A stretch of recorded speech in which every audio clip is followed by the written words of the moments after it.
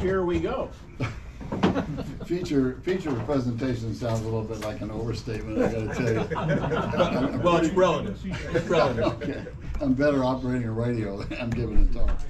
I think we got some POTA operators in here just to see if I'm preaching to the choir or whatever. How many of you have used POTA either as a hunter or an activator? Yeah, that's a lot. Okay. But that kind of goes to show why does it become such a popular hobby. I mean, it's just exploded. By way of background, well, there was the SOTAs, the Summits on the Air has been around for a while, and then the ARRL got some national parks events on the radio a few times, and that was very popular. But we don't all live by national parks, and we don't all live by summits, especially here. So Parks on the Air was started in about 2016, and that's the website there for any of you who haven't been to it. It's a fantastic website. They've got some really good volunteers. It is very efficient.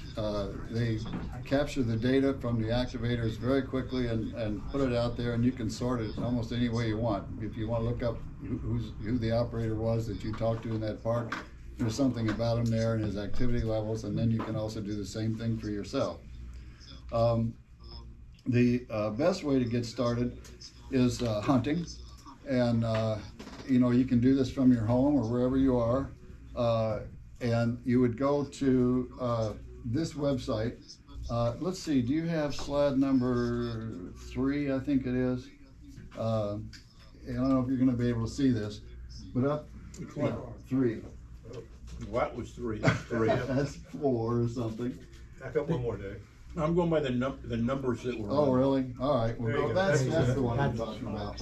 So, in order to get started, you would go to that website, and by the way, you can. It's not an app really, but you can put it on your phone or tablet or wherever you use, or your computer at home, and click on up here. It says Spots, and that will bring you up a page of all the different activators that are on the radio, and their parks and their location, but most importantly their frequency and their mode. And I would say 60-70% of the operators are using single sideband, but FT8's getting very popular too. And last but not least, there's a CW, which is probably maybe 15-20%. So when you get started, go and listen to these, and you'll get a little feel for what the rhythm is and what the exchanges are. And it's not like some kind of a contest necessarily, but the activators are interested in making as many contacts as they can. But that's not to say that you can't ask some questions, chat a little bit. What are you using? What's the weather like there, or something? But they don't want to get in a long involved conversation. They're only going to give you a signal report, and sometimes they'll give their park number 2, which was maybe like K1234, and that's shown on here as well. And you don't really need that, so they don't usually repeat that. And your exchange back to them is just their signal report and your state. They like to know where you are. And I mentioned it's not as fast as a contest, but this is a good way to kind of tiptoe into a contesting mode, if you will, because they're going to be on one frequency. Multiple stations are going to be calling them. Not a huge pileup like you'd have in a DX contest or something, but they may be 3 or 4 guys calling them. And so you need to fit in there, and you learn a little bit of the etiquette and that sort of thing. The other thing too is that the nice thing about operating POTA is, I don't know about you, but you can go on the radio sometimes and call CQ 3 or 4 times and nobody even comes back. But you can always count on making a contact using POTA, and they're going to be wanting to make contacts. So it's kind of nice for a change. And the other thing that's kind of fun to do is to lower your power a little bit from your home station, and you'll get a feel for how little power it takes really to get through on some of these. And you run it down to 20, 15, 10 watts, whatever, just for fun, and see if you can get through. And I think you'll be surprised that you can. We talked about the website there. The first thing you're gonna need to do though, by the way, is create an account. And I think that consists of maybe your email address and your call sign. There's not much to that. But what will happen, when you make a contact as a hunter, you don't have to submit anything to the Parks on the Air organization. All the information is uploaded from the activator to the organization, and they take that data, and so then they know who the hunters are, and your account will be credited, if you want to call it that, or associated with the contacts that you make. And so when you look at your account, which is very easy to do, you'll see how many you've made, and then they have awards. If you're into awards, after you contact 10 different parks, I believe it is, you get an award. That's another picture here. That would be slide number 4. And then on up, there's a million awards. You can either print those off or not, but it makes it kind of interesting. Yeah, that's one of them there. Another thing you can do while you're hunting is the activators need to be spotted, and what that means is when the other screen showed the ones on the top, and there's probably 15 more activators below them, and the ones that aren't spotted will continue to drop down in view. And so after a while, if you're looking online, you're not even going to see their activation because it's so far down. So they like to be spotted. And when you do that, there's a green button here. If you work this guy, W5MKS, when you're done, click on that respot, and that will energize his activity there and show the rest of the hunters, that he's active out there. Don, how many contacts does the activator have to make to get credit? It's a good question. He has to make 10. Yeah. And was it Jim? You mentioned? Yeah. You made 9 instead of 10. You thought you made 10. Duplicate, so I didn't get credit for that. Yeah. and that's really tired by that. But I would recommend, and we'll come to the logging part in a minute, but I would recommend when we get to the activator part, don't make 10 or 11 thinking that you're going to upload those, because it's easy to make a mistake, get a call sign wrong or something like that, and it just drops out. So always make a few more, which brings me to the activating part. If there's a couple of questions or whatever on the hunter part, any questions on that? Okay. Is that retroactive? So I've just anecdotally gone out there, if I hear someone, calling CQ POTA, whatever, and made some contacts, but I, up until now, was not aware of the Parks on the Air site and all that kind of stuff. You don't have to do a thing, because when he contacts you, your call will be uploaded by him to Parks on the Air. You have to sign up. Right, but if I sign up, then all those that I've already made yeah, can come in. yeah, That's I think so. Yeah, hunters, we don't have to submit logs at all as hunters. That's good for us lazy types. I've only been a hunter on this, and I thought, whenever I made a contact, I logged it on QRZ, and for some reason in the back of my head, I thought when you hit the drop-down menu, that there was a POTA tag that you could hit on menu. On QRZ, their logger, or what? Yeah, right in the logger section. Yeah, that's possible. Like contests and things It's like possible, that. but I don't think that will go through to the POTA organization. Right. I think it'll just show you that, in your notes, it'll show you that was a POTA conversation. Hamburado Deluxe does the same thing, but I doubt they're all. Okay. One Okay. thing I noticed on PSK Reporter is that in one of the filters you have POTA. And I don't know what the function of it is, because I haven't poked that button yet, but it's almost like it'll tell you in PSK Reporter the active POTA sites. It's possible if you contacted a POTA station and he uploaded 2, it would show that. But otherwise, the only way the Parks on the Air is going to know is if an activator uploaded the QSO. Well, speaking of activators, let me move on. We can come back to some of these. But can you put up slide 5, which is the map? There's about 3,000 different designated parks in the Parks on the Air system. And around here, we talked about, fortunately, we were talking about which ones there are. There's two up here, Kings Highway, one right near the Navigator, although it's moved a little bit further north in the park. And the Griffin is there. And I think this is Shell Creek, and there's Babcock Webb, and I've operated those, and the one over here, the Mayaca River State Forest. And it's kind of fun as an activator to go to these places. You don't know what you're going to run into. You know, how you're going to set your station up. Sometimes you're lucky at Babcock Webb. I use a picnic table with a little roof over me and throw one line end of the antenna up into a tree and the other one to my 21-foot mast and tie that to an upright in a little shelter, and away you go.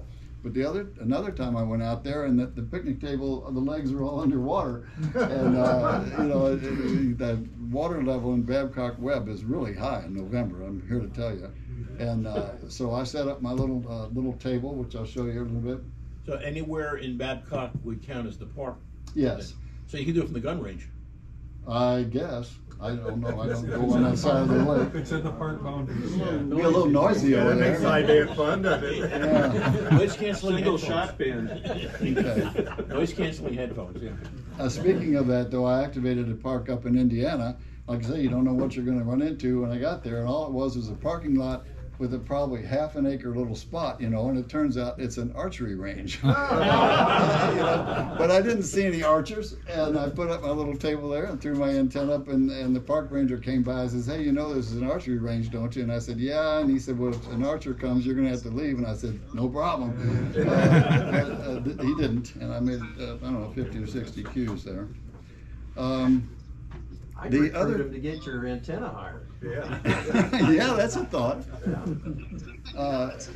So the logging is really important. I started out using a paper spreadsheet that I made on Excel with the appropriate columns for, you know, frequency, mode, and call sign, and that sort of thing. You write this down. Well, then when you get home, you've got to convert all that into a digital format that you can upload. So it's really a lot of work. If you're going to be making 50, 60, 70 contacts, it takes, you know, half as long to relog that as it does to make those contacts. So there's a program out called Hammers, H-A-M-R-S. It's an app, and it's an awesome app. You can download that onto your phone, or I would say tablet, or something that's a little bigger that you're going to use there on your table. But it's a great logging program for, even if you're not using it for POTA. They have a generic logger template, but then they also have a POTA template, and it has the things in there you need. You put in your park number, and you know, you choose your band, and they have a park-to-park feature also. It's made out for that. And I put that on a tablet, and I have my radio on one side, the tablet in the middle, and my battery and key on the other side. And so you can log just as you go. It's a very easy, quick logger. And so I hardly write anything down anymore.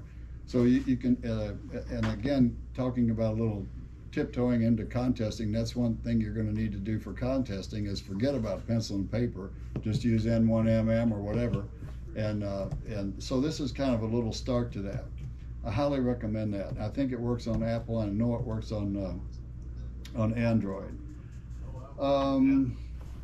So now you're ready to start. So what you need to do, and I keep the Parks on the Air website on my phone, and they have a really good user interface there. And I use that to see, well, I start out, you can spot yourself to start. So you'd put in your call sign, your park designator, what frequency, what mode you're using, and that will go into Parks on the Air, and then it will appear on that sheet I showed you before for all the spotters. So they'll find you.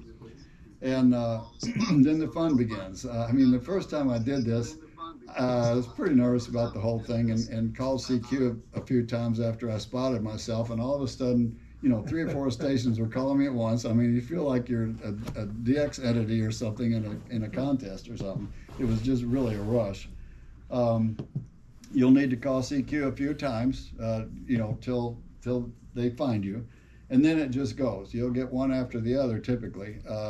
depending on, I use more or less QRP, about 15 watts PEP or CW, and I operate about half sideband and half CW, and there's plenty of guys calling you, even with that low power. The other thing I would recommend is after it begins to slow down, let's just say you're on 40 single sideband, it may slow down a bit, there'd be some lulls. Well, that's about the time you switch to another band, because there's plenty of people around the country that won't pick you up on 40 meters, so go to 20 meters. And there's a whole new batch of guys, or go from single sideband to CW, there's a whole new batch of guys. So keep moving around. I try to I think my averages have been about 25 QSOs per hour, which doesn't sound very fast in a contesting mode, but 15 watts with a wire at 21 feet, I'm happy. You can make that pace if you move Can you around. contact the same station on 2 different bands? I think so. I don't know if there's I think so. Okay. Then it counts as another contact. It counts as another contact.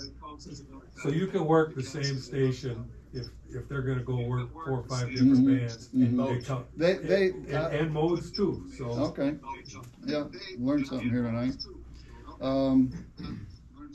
Okay, so that's I would say also during that time, take a break and make a call, calling for any QRP or DX stations or other parks, because park to park is kind of fun to make also. You'll have 3 or 4 guys calling you, and at the very tail end you hear park, and that's the last part of somebody's park to park, and that's how they identify themselves. And it's really fun to make those park to park QSOs. Makes us activators mad though. Oh no, I mean as an activator, I enjoy doing that. No, as an actor, Yeah. but as a hunter, they always get first dibs. Yeah, I know, and that's why you got to give the little portable park operators a chance, and get the portable park operators and QRP and DX. If you're on a band where there's DX.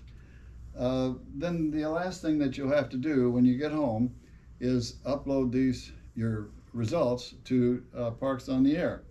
And this Hammers program stores those in an ADI format. I don't know what ADI stands for, but it's a pretty common format for logging. It's what you use for LOTW, Logbooks of the World, and some others. It's not the Cabrillo, but it's this ADI.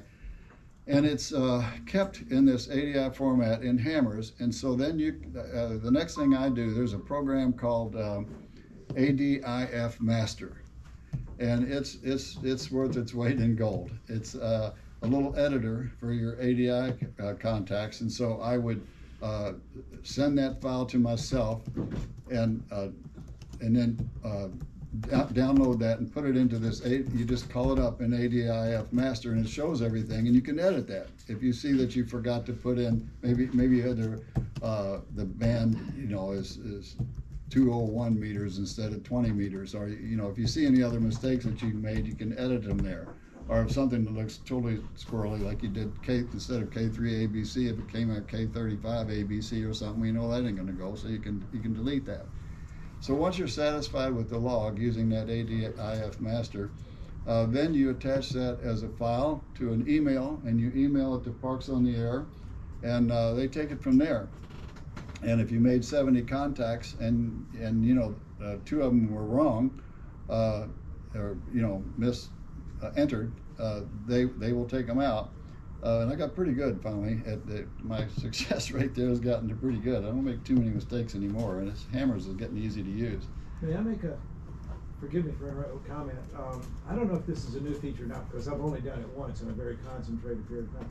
But when I was on the air, I was told that you don't have to email it anymore, that you actually drag on the website, you drag it in there and drop it, and it automatically goes to that zone organizer. I think that's right. The last one Yeah, I it's did, so which much is easier about to 3 take a weeks file ago, and yeah, drop it. they have changed it. Like I say, this website just keeps getting better and better and Yeah, better. It's great. Yeah, it's great. They never send you any spam. There's no advertisers on there. And I sent him an email to that effect, how well they've done with all these volunteers. And he said, we're never going to have any advertisers if we can help it. And I said, do you need donations? And he said, no, we don't really need donations. So they got a great set of volunteers. It's a great website. So anyway, once you upload that, they take it from there. And everybody you contacted, well, the hunters, they'll all get their logs, their entries recorded. And that's pretty much it. Let's see. Oh, okay, let me give slide 6. I'll show you my little station. Okay. Compliment you and your case of radios. The KX3, you got one. This little headset here, that's another thing I would say. Use a headset with a little boom mic, because you're going to be typing. I've got the radio on the left, the tablet in the middle, and I'll come to the battery and the key there in a minute. But with a little headset there, you got your hands free, and I use the box, of course. And this is for about $22. You can get this. It's by COS. It's a S100, I believe it's called. Buy it from Walmart online for about $22. It's a fantastic little headset. It's not so good when it's windy though. I had to switch to CW because I just, it just kept triggering the box. So that's, and this is the radio. Like I said, this is the logger. And this here, I've got a BioNO 8 amp hour 12 volt battery. And that'll I can use that for week. 3 or 4 days. Yeah, we'll use that for a week on it. Yeah, Straight it'll down. work a long time. This little key here, can you go to the next slide, which is number 7? Yeah, this little key is an awesome deal. It's $55 from I don't know, China, and he bought it on eBay, and it's got 3 little magnetic feet here. So you can mount it to something metal, and I'll talk about that in a minute. It's got a little plug here for your 1/8 inch phono, or your cable over to your rig. The movement on that is adjustable. It's a great solidly built. It looks I believe it's stainless steel. For $52, you can't beat it. And to mount it, can you go back to the slide with the table? Oh, one more. I know back. it's. One more back. I know it's. I can't even find the mouse here. Okay. It needs to be mounted to something steel or iron, of course. And what I did, I went to Goodwill and found, right here. This is a piece I cut out of a cookie tin I found at Goodwill, and it's light. But it works great with the magnet, and you can't see it very well, but some shelf paper, it's that kind of sticky shelf paper. I used some spray adhesive to wrap that around from the bottom on the top. So it's stable on the table, and the battery on top of it is the weight, and you can use that key all day long and it never moves. And it's very easy to take along with you in your go box or whatever. The last thing, and can you go to the last slide? And, one more. Sorry about that. The other thing I like to do is put this up on a website called QSOMap, QSOMap.org. And this is not as easy to use as some of the other websites, but you can upload that same ADF file that you use to send to Parks on the Air to this QSOMap.org, and it shows you all your contacts. And you can separate it by color, by band, or mode, SSB or CW in my case. And it's really kind of fun to see where you're getting out. And these 2 outliers here, one was to Alaska up near Fairbanks, and this one was to Hungary. And I'll come back to that in a minute. But it's really kind of fun to see. This is using a 33-foot wire with an 8.5-foot matching stub and a 4-to-1 on it into the KX3, and you can work all over the place. That would be the same one you won the QRP challenge with. The antenna. Yeah. Yeah. This guy in Hungary, I got to tell you, it's kind of a fun story.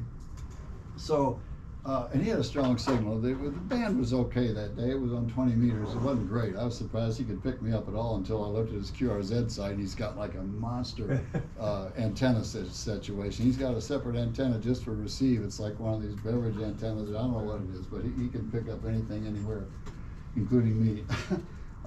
So then, in another few hours, I get an email from him. And he's trying to work all the counties in the country, which is like 3,000 and something. He said this is the second time he's done it. And he needs 2 more counties in Indiana, Rush County and I forget the other one. And so I don't live very far from Rush County. And I said, well, I can give you that one. I'll drive down there. It's about an hour and a half. So I just went down and set up in a little city park there. And we texted back and forth, and I said, you ready for this? I'm about ready to set up. And he said, yeah, but I don't think it's going to work. He said, the band is absolutely dead. It's really bad. And he told me what the K index was. And I said, well, anyway, I'm here. So I'll set it up. We made it. I mean, he was pretty weak, and I was even weaker. I think he gave me a 339 or something like that. But it's just one of the fun things about radio, So. How many people do QRP, do low power? It's really addictive. And as you were talking about the big rig there, one of my favorite, and I didn't make it up, but I've heard saying about QRP is the best part of my rig is your antenna. And that's the truth for the QRPers out in the field. And it's amazing what you can do with a watt or less. Or less. Maybe we'll have a talk on Whisper pretty sometime in the future to show what you can do with 100 milliwatts. Don, do you have a watts per mile record? Have you ever thought about that? No, I don't. I think it's probably about 8,000. And this was from my home. Yeah. And I used a 130-foot loop up about 18 feet. I think I got down into, I don't know, somewhere in the South Pacific. I don't even know the name of it anymore. But yeah, it was really far. 3 questions for you. A key that you were talking about. You said you bought that on eBay? Did I get that? Yep, and it doesn't even have a name.